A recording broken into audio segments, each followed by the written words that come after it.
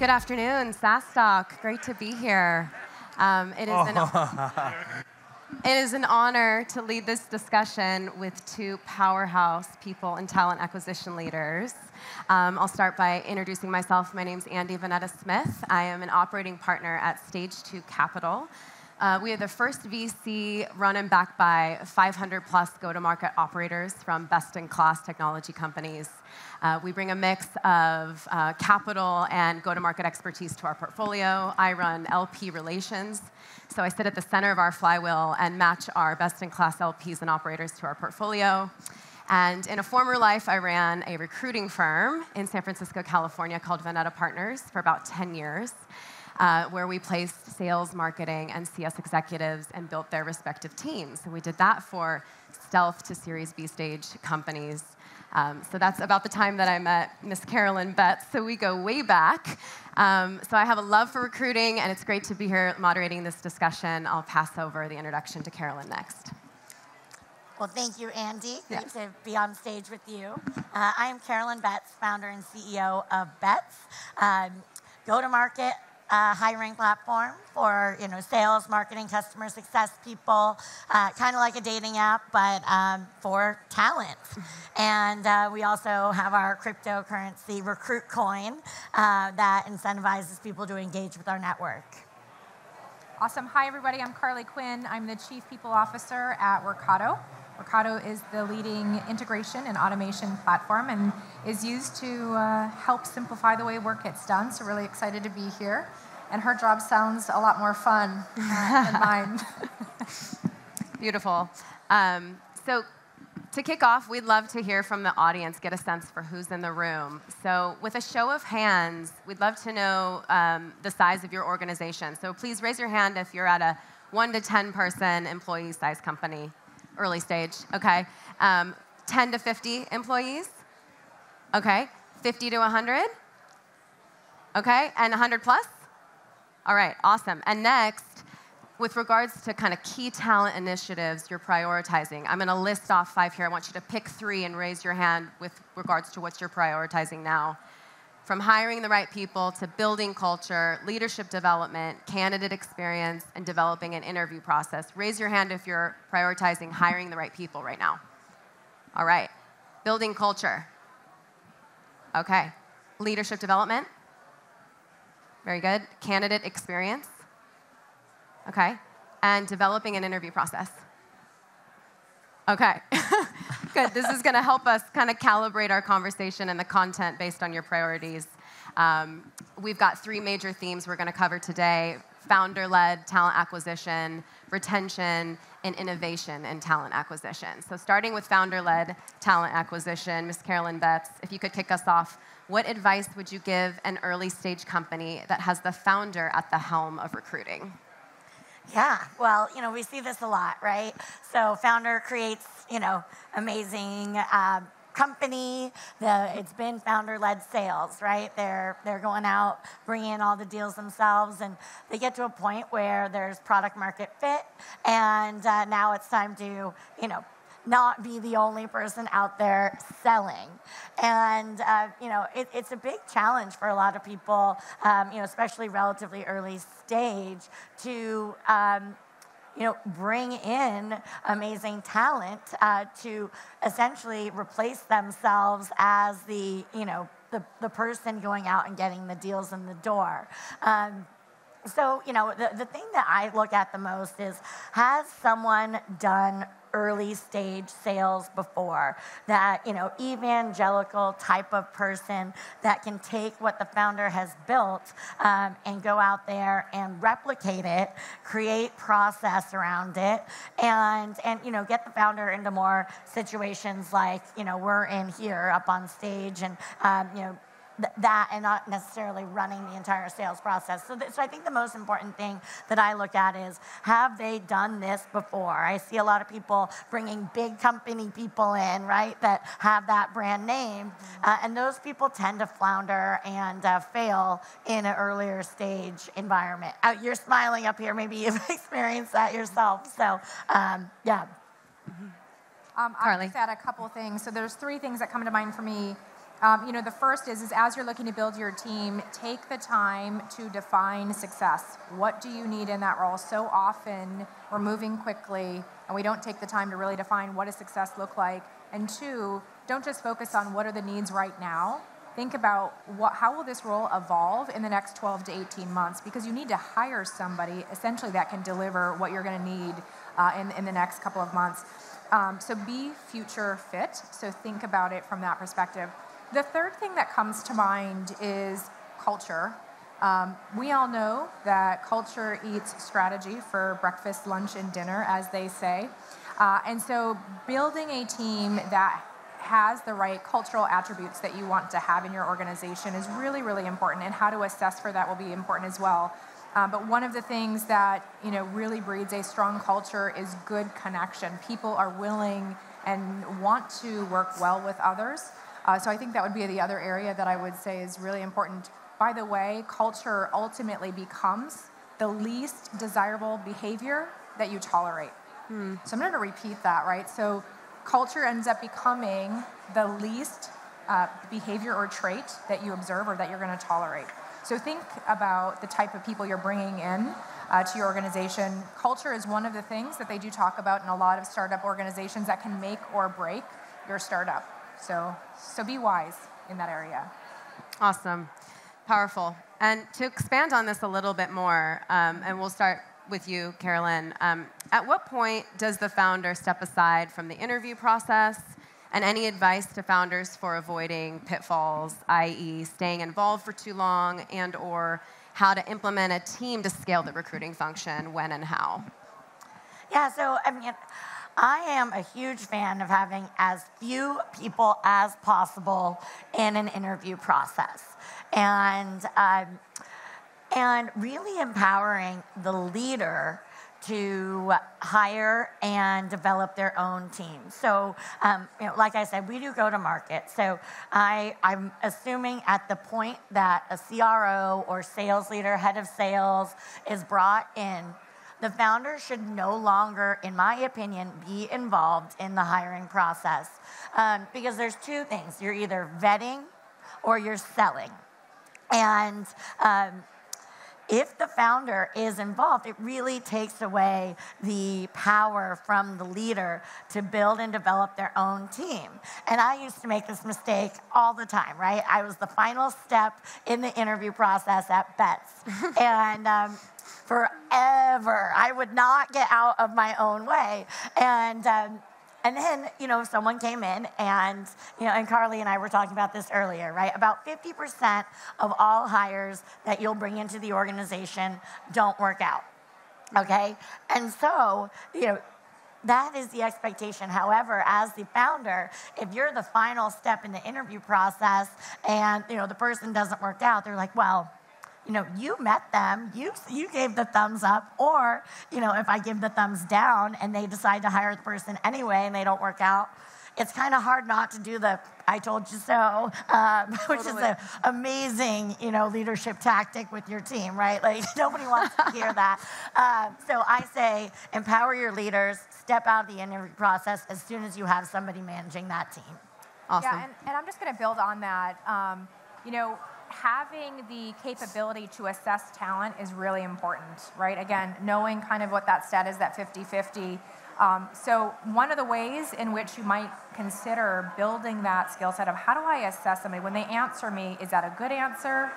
Is that a great answer? Or are they just giving me fluff? Like, you don't really know, especially if you don't interview all the time. So one of the things that you can do in a startup is start to build that capability. And you can do that by putting together selection teams. So that could be 6 to 8 people. Not that they would interview every single time. Totally agree with you. You cannot have that many people. But you want to be able to rotate, right? So everybody's schedules, somebody might be traveling or out of the office. But if you say, hey, we're going to have a selection team for go-to-market, we're going to have a selection team for our product team, and then maybe for corporate functions, HR, legal, finance. But build that team, and so they get a good sampling of interviewing over and over and over again. And then over time, you can start to bring new people into that cohort, if you will, or that selection team to also develop that capability. It's really, really important that you're assessing the right skills, not just to do the job, but do they fit into the organization? A lot of research out there will say you are better off hiring someone that has the right character, the right integrity, the right cultural aspects that fit into the company and the culture that you're trying to develop. You can teach them job skills in many opportunities.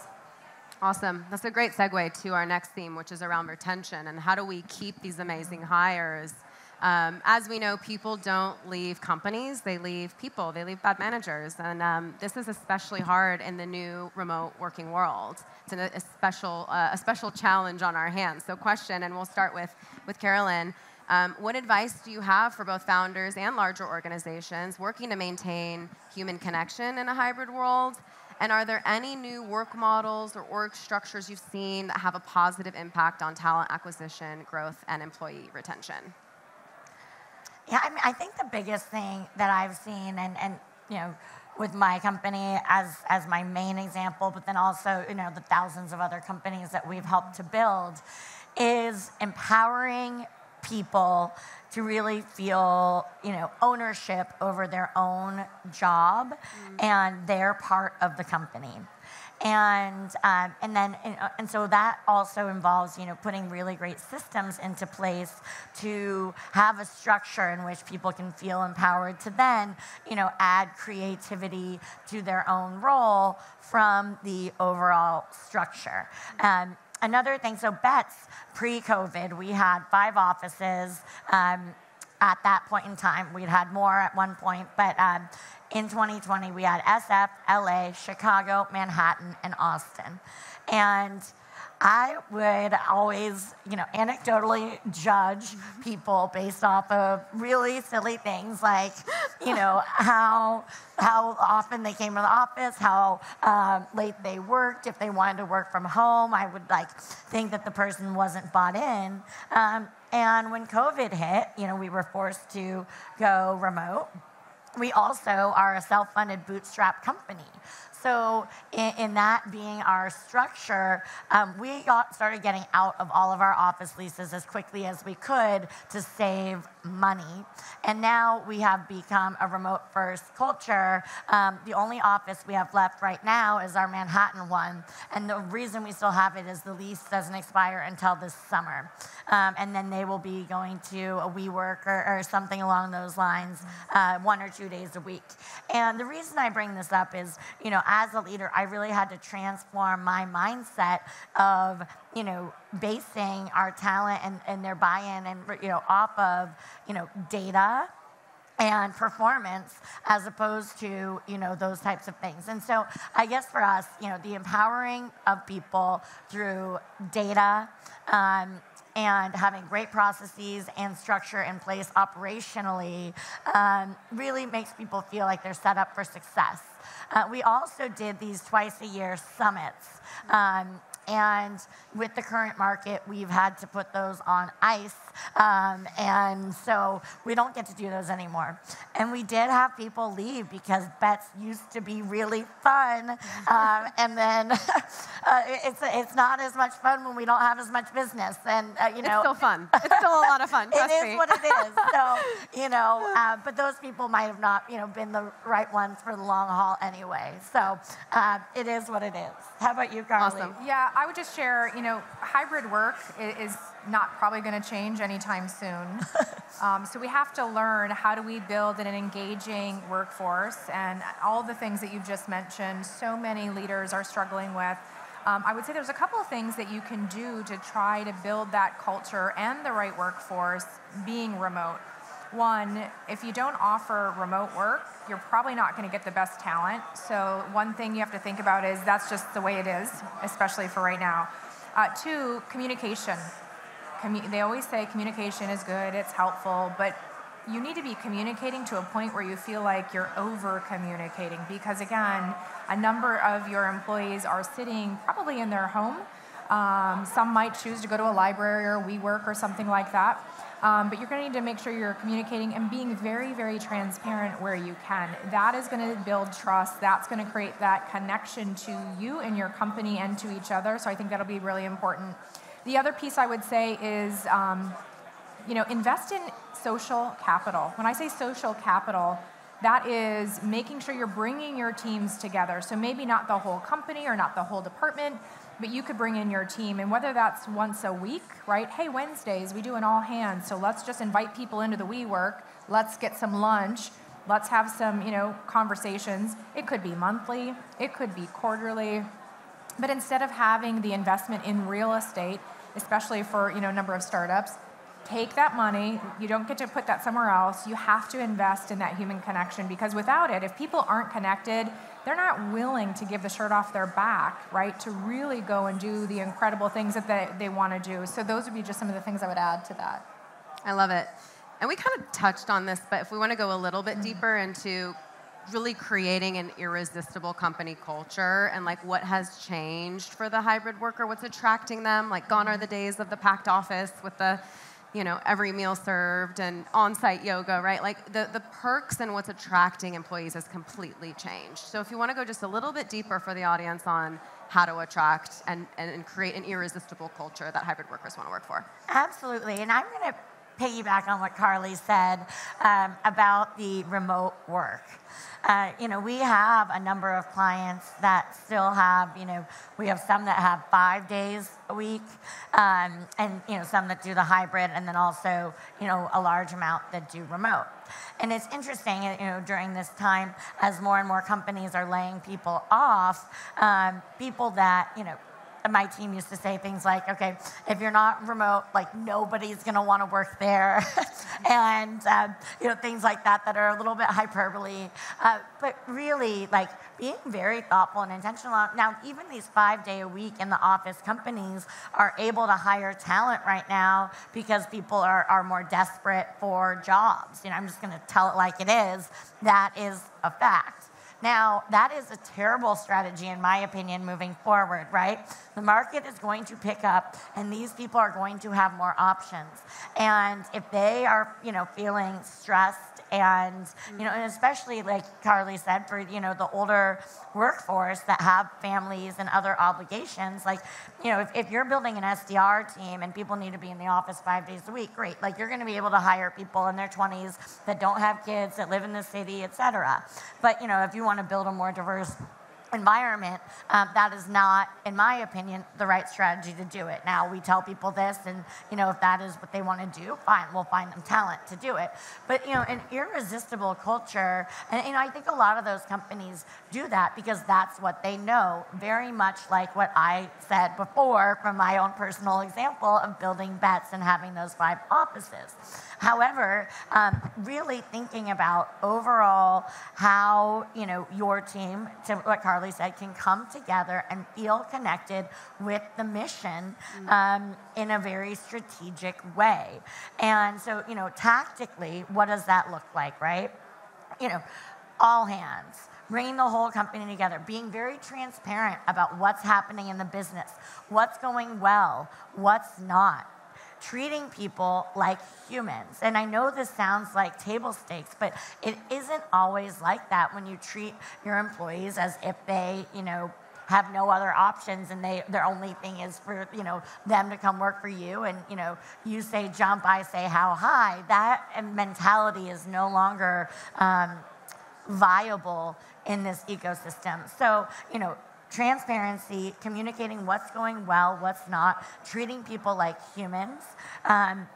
And another thing is, if you do have to make tough decisions as a business owner, as a CEO, founder, being very communicative about that. We've had to do multiple rounds of layoffs. Since 2020, we've had to let a lot of people go. Then we, as the great rehiring happened, we started hiring a bunch of people back. And then, things went down again and we had to make some more difficult decisions.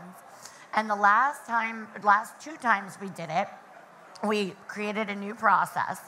And we got feedback that people have never seen execution of making really tough decisions go so well.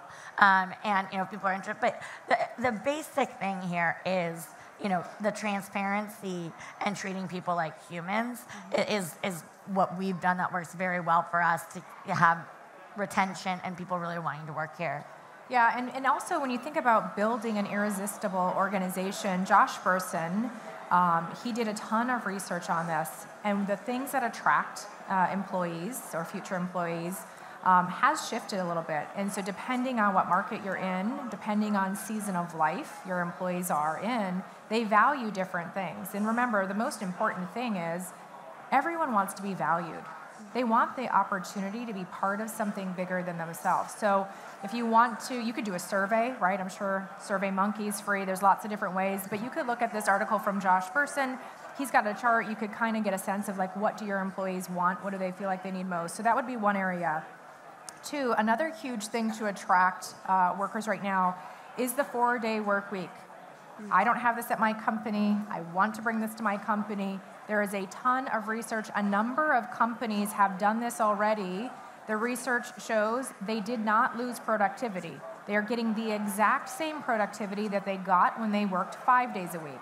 So they're not getting less, they're not performing more, but they're doing the same. But the wellness and the mental health of the employees, they're able to contribute and be more creative. And when you think about what's going to stand out between you and your competition, it's going to be the creativity and the innovation that comes from your team. So if they feel like they are able to thrive in life, not just in the workplace, but in their personal life as well, you're actually going to get more from them. So that would be the other thing I would say. And by the way, as a startup, you maybe can't afford to pay at the same rate as a larger company. So offering a 4-day work week, people will come for less hours, and they get, my salary is going to take a 10 or 15% hit because I'm going to work 4 days a week. So that's just one thing to think about.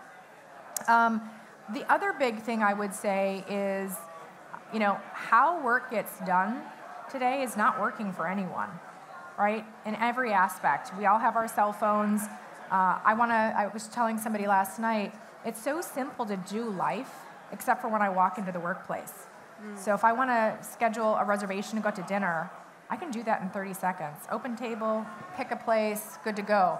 But why does it take me 20 minutes to find a conference room, right? Like, I'm wasting time. So think about how you can leverage technology, right? Especially for startups. There's a startup community where a lot of companies will donate or give their, under a certain number of employees, take advantage of the technical capability. Of course, automating transactional tasks. People want purpose, they want meaning in what they do. They don't want that transaction of you come in, you do these things for me, and I pay you. That's going away, right? People want to have a relationship. They want to have a connection, and those are going to be the things that are going to be really important for you as you continue to build up your businesses. I love it. So we're switching gears now to innovation and talent acquisition. I would argue all of the things that you shared are, as a result of having to innovate culturally through efficiency, like given what's happened in the last couple years and kind of the macroeconomy and all of the major shifts we've seen. Obviously, we've got AI making a big splash. We've seen this year a ton of layoffs and reorgs. So there's a lot shifting and shaking. So on the topic of innovation and talent acquisition, let's start with you, Carolyn. What type of new organizational structures are you seeing given the do more with less approach to growth? In terms of organizational structures, you know what? I'm going to let Carly handle that because she is more the expert on that. Yeah, so, when you're building, and this isn't new, but specifically now, when you're building your organizational structures, so often we're like, oh, well, there's a finance function, and these are all the people that work there. And, oh, there's a sales function or a customer success function. If you actually take a step back and you think about how work actually gets done, it is a network, right? So, like, all these people work, cross-functionally. They work across the world. And that's how work actually gets done. So the first step you need to be thinking about when you want to think about your organizational structure is, what am I trying to accomplish? What are the goals? What are the priorities? How am I going to measure my success at the end of the year? That has to happen first, right? And again, every 3 months, God knows what could come, right? We've seen a lot of things. Disruption is the new normal, whether it's geopolitical, whether it's pandemics, right? There's things that are just coming that we can't control. But think about what are the outcomes, like what are the priorities for the business? Second, what has to happen to achieve those, right? Like, what does the work need to what work has to happen in order for me to achieve those things? So often, particularly in a startup, you're all focused on, like, sales, right? I just got to hit these sales, I got to do it. And you say things, you do things just to get the result, which is the sales, which is, cash is king, don't get me wrong. But that should be the outcome of you doing all of the right things. When you put your customer first, what's the value you want to bring to your customers? That is actually going to drive the right behaviors, and then the result, right, is the sale. So think about what's the work that you need to do to drive the outcomes you need to in your business. Then start to think about, how do I organize a team against these? And that might mean you're pulling people from different functions if you think about, how historically companies are structured. So I would just maybe comment a little bit in terms of that. So we are starting to see some shifts, people thinking differently about how work gets done. Also seeing automation and technology and all of those things start to do it. So all of the transactional activities as well, that's going to change organizational structures and how people get work done. They don't want to do the transactional stuff anyway. I mean, think back 20 years ago in recruiting, you had a person, like once we hired somebody, they would send an email. Hi, facilities, please make sure that there's a desk for Carly when she comes to work on X date, send. And then the next email, hi, IT, please make sure you have a laptop for Carly. Now, in some of these systems, and again, depending on your organization, you may or may not have an HR system, but the minute you hit hire, all those workflows are automated now, right? So that job doesn't exist anymore. So just think about, and you mentioned AI. Mm-hmm. AI is going to change everything. I don't think it's necessarily as bad, right? Remember Y2K, some of us? Like the world was going to end, right? So when you look at AI, I think is going to be one of the ways in which productivity will shift and change since the second industrial revolution, right? The supply chain, the assembly line in the car, right? Think about Ford. I think AI is going to bring a whole new level of productivity that we haven't seen. And yes, it's going to change jobs. Many people think, hey, we've got to be careful, job security, these things are going to come, whether it's robots. The data actually shows automation and AI has actually created more jobs than it has eliminated. So that's interesting. There's just different things, right? So when you think about what humans can do, the creative, the critical thinking, the connection, those are going to continue to be there. Now, we all know what a mega trend is declining birth rates. So it's kind of the perfect storm. Thank God we have technology coming forward. Today, there's 11 million jobs, like a gap in terms of workers to fit jobs, 11 million today. By 2030, that's going to be 85 million. So like it or not, humans and machines are going to have to come together. We just have to figure out a way in which we can do it to make work easy and simple. We want to work smarter, not harder. We want to leverage the great technology advancements that come our way. Obviously, there's areas probably around ethics and self-driving cars and things like that. It's like, hey, do you hit the post or do you hit the person, right? Like there's going to be decisions that are going to be programmed into some of this stuff.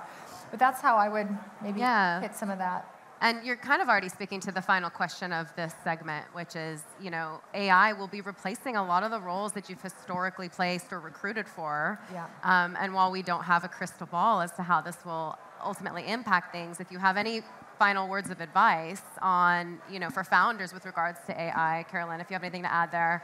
Absolutely. And I think that the companies that we're seeing that are really leveraging AI to replace, a lot of the content creation is a perfect example, right? And like most people that are in content don't like writing blogs with a bunch of buzzwords, just like have it show up on SEO, right? Like that is not really like a highly skilled job that people are very excited to have, right?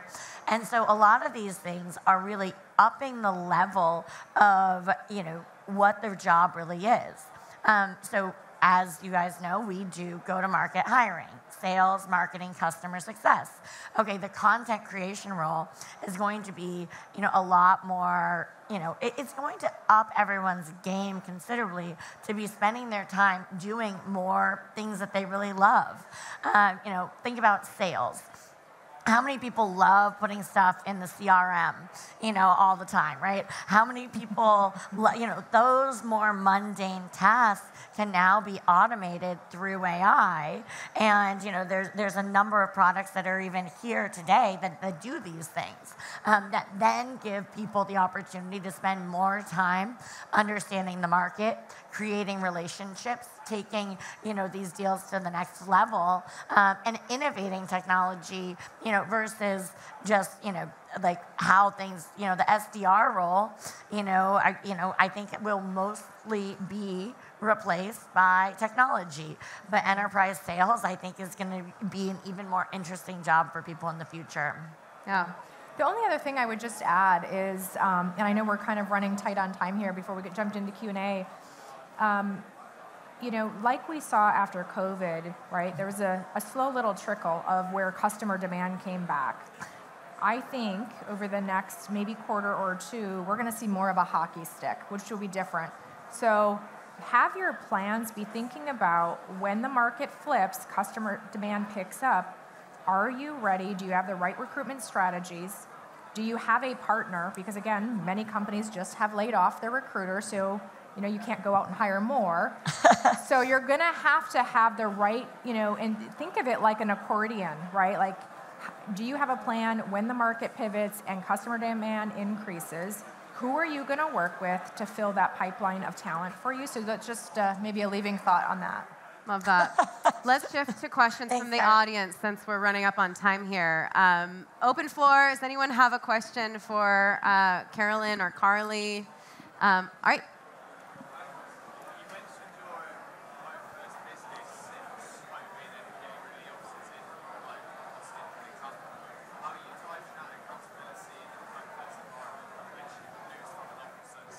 Maybe with a mic one more time so the rest of the room can hear. Fantastic. So you mentioned your remote-first culture since COVID, and you've got the one lease left coming up. How are you driving that same accountability and productivity at home when they're remote-first compared to an office? Yeah. Now I am founder, CEO of Bets. I have a COO that runs the company operationally. And he was in place as our VP of Finance before he was in that role. And so we have had, our employees are mostly sales, recruiting, the ones that do real searches for companies, and then also the folks that manage our clients on the platform. We are an incredibly data-rich company. We understand, and so there's a couple things. We do regular NPS with our clients, which is one of the most important metrics that we look at. And we track, all the data. So, I'll give you an example of a client that is on our platform. We can see exactly, how many jobs they have open, how many candidates are interviewing for every one. We then, and if they have at least 3 candidates interviewing on the platform, that job is considered covered at that moment. And we then look at the data of what percentage of each recruiter's jobs are covered. And then we manage to that. And so if they're not covered over a certain period of time, we continue to have these conversations, but it's all based off of the data and the NPS are the 2 things we look at. All right, we're wrapping up our session. Thank you so much for joining us this afternoon. Lovely work, ladies. That was amazing. Really powerful stuff. Thanks for having me. Thank you, Carolyn. Thank you, Carly, Quinn.